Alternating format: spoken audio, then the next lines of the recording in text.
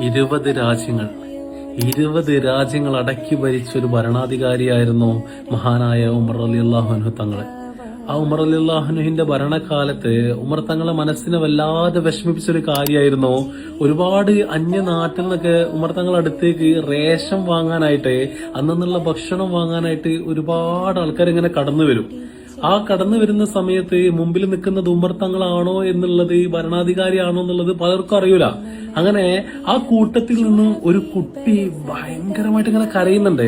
കരയുന്ന സമയത്ത് ഉമർ തങ്ങൾ വന്ന് പറയുന്നുണ്ട്, ഇതിന്റെ ഉമ്മ ആരാണ്, ഈ കുട്ടിയെ ഒന്ന് നോക്കി അതിന്റെ കരച്ചിൽ അകറ്റി എന്ന് പല പ്രാവശ്യമായിട്ട് പറയുന്നുണ്ട്. ഉമർ തങ്ങൾ ഇങ്ങനെ എല്ലാം ചുറ്റിയതിന് ശേഷം വീണ്ടും അവിടെ എത്തിയതിനു ശേഷം ആ കുട്ടി വീണ്ടും കരഞ്ഞോണ്ടിരിക്കാണ്.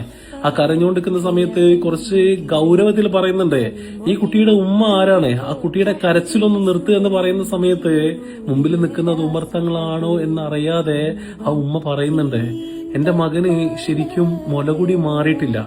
മുലകുടി മാറാത്ത കുട്ടികൾക്ക് ഇവിടെ നിന്നും റേഷൻ കൊടുക്കൂല എന്ന് ആരോ പറഞ്ഞു കേട്ട്, അതുകൊണ്ട് എന്റെ കുട്ടി മുലകുടി മാറുന്നത് വരെ കരഞ്ഞോട്ടെ എന്ന് വിചാരിച്ചിട്ട് ഞാൻ നിൽക്കാണ്. കുറച്ച് ദിവസങ്ങളായി ഞങ്ങൾ പട്ടിണിയിലാണ് എന്ന് പറയുന്ന സമയത്ത് ഉമർ തങ്ങള് വളരെ വിഷമിച്ചിട്ട് പെട്ടെന്ന് വീട്ടിലേക്ക് പോകുന്നുണ്ട്.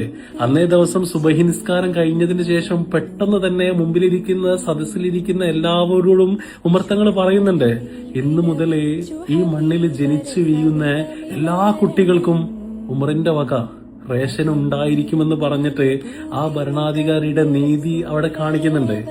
ഇതേ ഉമറാണ് ഉക്കാല ചന്തയെന്ന ഒരു മനുഷ്യനെ ക്രൂരമായിട്ട് കൊന്ന് അദ്ദേഹത്തിന്റെ വിരല് കഴുത്തിലിട്ട് തൂക്കി നടന്നത്. ആ ഉമർ തങ്ങൾ ഇങ്ങനെ മാറിയിട്ടുണ്ടെന്നുണ്ടെങ്കിൽ ഖുർആനിന്റെ വരികള് അത്രത്തോളം പവർഫുൾ ആണ് എന്നുള്ളത് നമ്മൾ ആലോചിച്ചാൽ മതി. ആരെയും മോശക്കാരായി ചിത്രീകരിക്കേണ്ട, ആരെയും നന്നാവൂല എന്ന് ചാപ്പ കുത്തണ്ട. കാരണം ഉമർ റളിയല്ലാഹു അൻഹു തങ്ങൾ ഇന്ന് ഉറങ്ങുന്നത് റസൂലിന്റെ തൊട്ടടുത്ത്, റസൂലിന്റെ ചാരത്താണ്. അള്ളാഹു ഞങ്ങൾക്കെല്ലാം അതുപോലത്തെ ഒരു നീതിമാനായിട്ടുള്ള ഭരണാധികാരിയെ തരട്ടെ.